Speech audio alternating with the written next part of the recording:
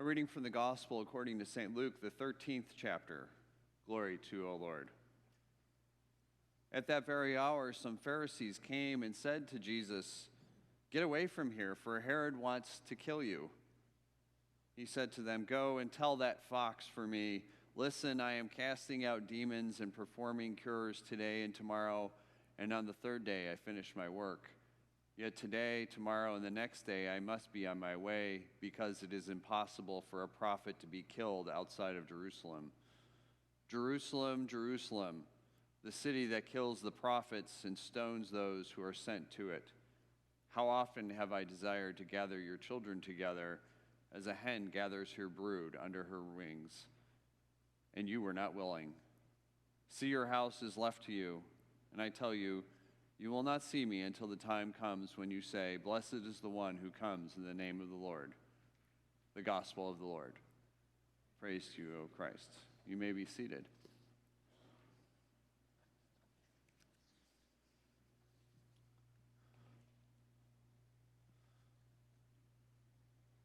Do you know what this is? It's a passport. You can see a little bit on there. Passport. What's a passport? What is it? It's for travel, right? Get some stamps in here if you go to different countries, right? All sorts of good stuff. It's got some vital information in here. An awesome picture of yourself, right? Said no one ever, right? And what's it tell you right on the cover? Okay, yeah, I know it's probably far away from y'all. It tells you where you're a citizen of, right? I mean, and the color also. Different passports have different colors, just in case you were ever wondering. Just a little fun fact for the day. So it tells us what our citizenship is. In case you're wondering, I'm going to preach off of Paul's letter to the Philippians today. Citizenship comes with rights and responsibilities. I don't think this is kind of basic civics 101, right? I pulled up this wonderful little sheet in here. It's a little handout that is given to people who are going to be naturalized, become U.S. citizens, right? It's got some interesting information.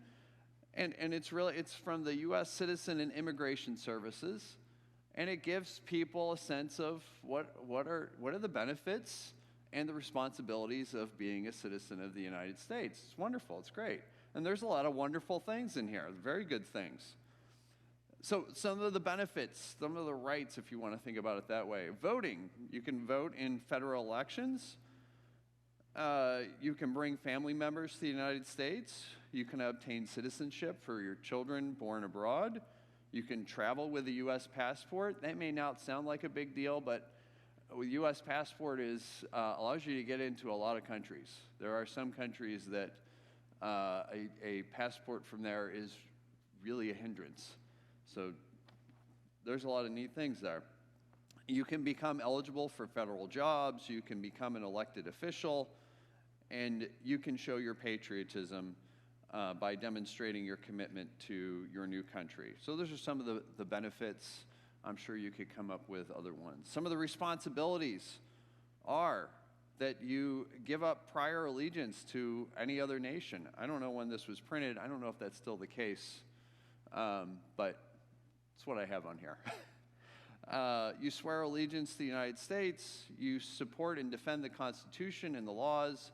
You serve your country when required. You participate in the political process by registering and voting in elections. You serve on a jury. And it says, finally, America becomes stronger when all its citizens respect the different opinions, cultures, ethnic groups, religions found in the country. And it says that we hope that you become an active member of your community. It's in participating in your community that you truly become an American. All wonderful things. These are great, positive things that help build a society. Paul is writing in a context, and that context is really important. And he says in here about He says, our citizenship is in heaven. Paul uses this type of language often in his writings. Paul is a Roman citizen, and he's living in Judea, but he's a Roman citizen. And so he understands this idea that, there's a lot of benefits to being a Roman citizen at that time. A lot of benefits. In fact, for many times, it saves Paul's life a few times because he's a Roman citizen. There's different levels of citizenship, and I'm not going to go through all of that. You can look all that up. But some of the being a citizen of Rome carried legal and social advantages. Some of those advantages, they may sound familiar. The right to vote, hold office, make contracts, own property, be in a lawful marriage, make sure that your children can also receive Roman citizenship. You have the right to not pay some taxes, especially local taxes. You can sue and be sued in court and defend yourself. You can have a legal trial with a judge. And no Roman citizen would be tortured, whipped, or receive the death penalty unless found guilty of treason. A couple of interesting little things about citizenship of Rome. Lots of great things in there. Lots of wonderful things, right? People have been organizing themselves into society in order to protect people, and that's a good thing. And Paul's writing to a church in a specific context. The church in Philippi was founded really in the city of Philippi, where there's a lot of folks that were very loyal to Rome, the empire. There were a lot of soldiers who had fought in battles years before, who settled there. It's a great place. In some cases, I heard somebody say it kind of would be similar to Carlisle. People who had come, they did their time serving at the barracks in Carlisle, the War College. They loved the community, and they stayed. Wonderful. It's great. And Philippi enjoyed being classified as a Roman city, and so it didn't have to deal with all of the patronage of paying things to Rome and those type of things. There are a lot of benefits to being in Philippi, and this is where the church is. And at the same time, Paul is calling his hearers to a higher citizenship than what they currently enjoyed. The phrasing is interesting. Paul says, where is it here? Our citizenship is in heaven. That's not a future tense. That's a present tense. It's not our citizenship will be in heaven. It's right now. As in, Christ's kingdom is right now, and we are citizens of Christ's kingdom. Paul uses similar language in other places like 2 Corinthians 5, which we heard a couple weeks ago, which is we're ambassadors for Christ. He's talked about putting on the full armor of God and describing things like a Roman centurion before. He uses the language that people would be familiar with, the benefits that they are already familiar with being a part of Rome. And he calls them to something higher. Because Rome also had this tendency to believe that it was the salvation of the world. Rome had this idea, the Pax Romana, that it was what brought peace to the world.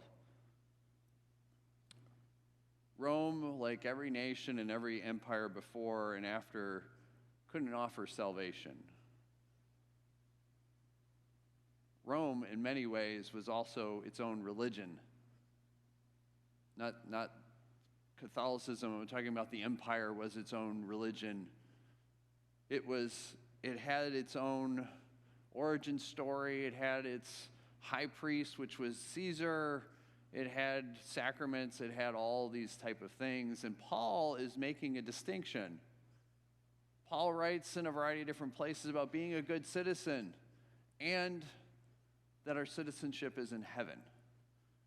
Luther would go on to talk about this as two kingdoms and that type of idea. Luther also talks about what being a Christian means. If you want to think about a citizen of heaven, what are the responsibilities of that? It involves freedom from and freedom to. That's another way of thinking about it. Freedom from the enslavement of sin and freedom to serve our neighbors. And you hear similar language in that in some of our own information about citizenship. You heard in some of Rome's. But Paul is offering a distinction that says, you want to be a citizen of Rome? Fine, great. But our citizenship is in heaven, something even more. Because Rome isn't always going to be on the level. Rome is going to do stuff because it's made up of people. Our citizenship in heaven, what does it mean? It means that we see and interact in the world just differently. We look at people and we see the image of God. It's what we're supposed to do, and yet we have trouble with this. We're human beings, we're broken, we're sinful, but it gives us an ideal of what to look to. We love people, even and especially our enemies. And that's not a popular message oftentimes. It's easy to say, but it's not a popular message that people like to follow through. I told you, I think, last week about there's these incidents that are happening of people that are taking their frustration out on Russian-oriented restaurants in the country that aren't even owned by Russian people. All sorts of these type of things.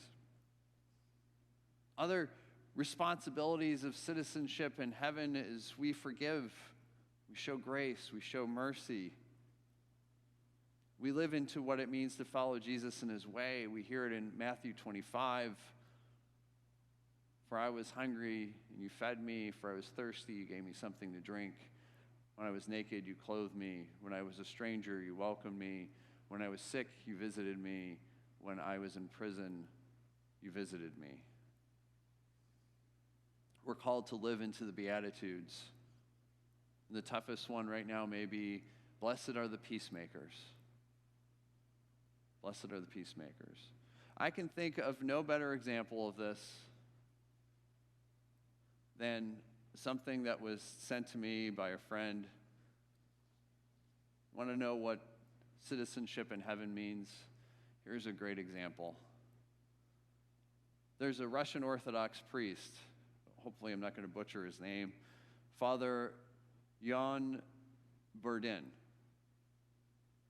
He was detained on March 6th this year for giving what was called an anti-war sermon in Russia. He had given a sermon on Forgiveness Sunday, which was March 6th in the Orthodox calendar.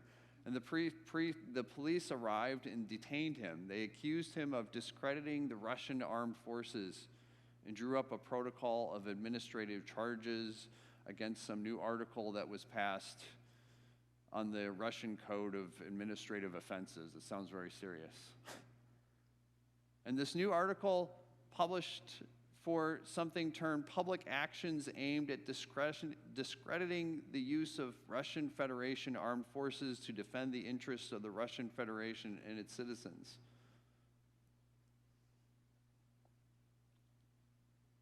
He had supposedly committed the offense of speaking out in support of peace in his sermon. Go figure. A clergy person speaking for peace. He also got in trouble along with another priest because he wrote something and had it printed, which this is what he wrote, which got him arrested. We Christians cannot remain on the sidelines when brother kills brother, Christian, Christian. We cannot ashamedly shut our eyes and call black white, evil good, say that Abel was probably not right, provoking his elder brother Cain to kill him. He was brought to court, pretty quick court, on March 10th, found guilty, and imposed a 35,000 ruble fine. The law allows for up to 15 years imprisonment for these type of things. Father Burden has an understanding of what citizenship in heaven means, and it can be costly. Part of citizenship is the rights and the responsibilities, the duties, and many of them are good, and some of them are costly. And so that this doesn't sound like a works righteousness sermon, I want to offer this as well, that our citizenship in heaven is not all about what we're doing. It's what Christ has done and invites us to participate in. Father Burden probably knew the cost of what he was going to do and what he was preaching, but he knew the responsibility and that he knew he would not be alone, that Christ would be with him through whatever kind of punishment would be sent on him.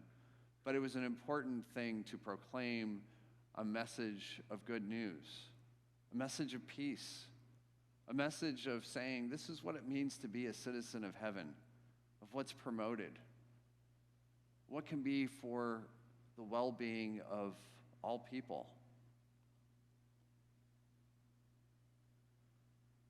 Father Burden knew and knows citizenship of heaven. I hope we don't ever have to pay that type of price. But I know that God will be with us. Jesus is with us. Jesus doesn't, we don't have a passport that says heaven on it, or a nice little sheet that offers what all of the wonderful rights and responsibilities are for being a citizen of heaven. We do have Scripture, we have one another, and we have Jesus walking with us. Thanks be to God.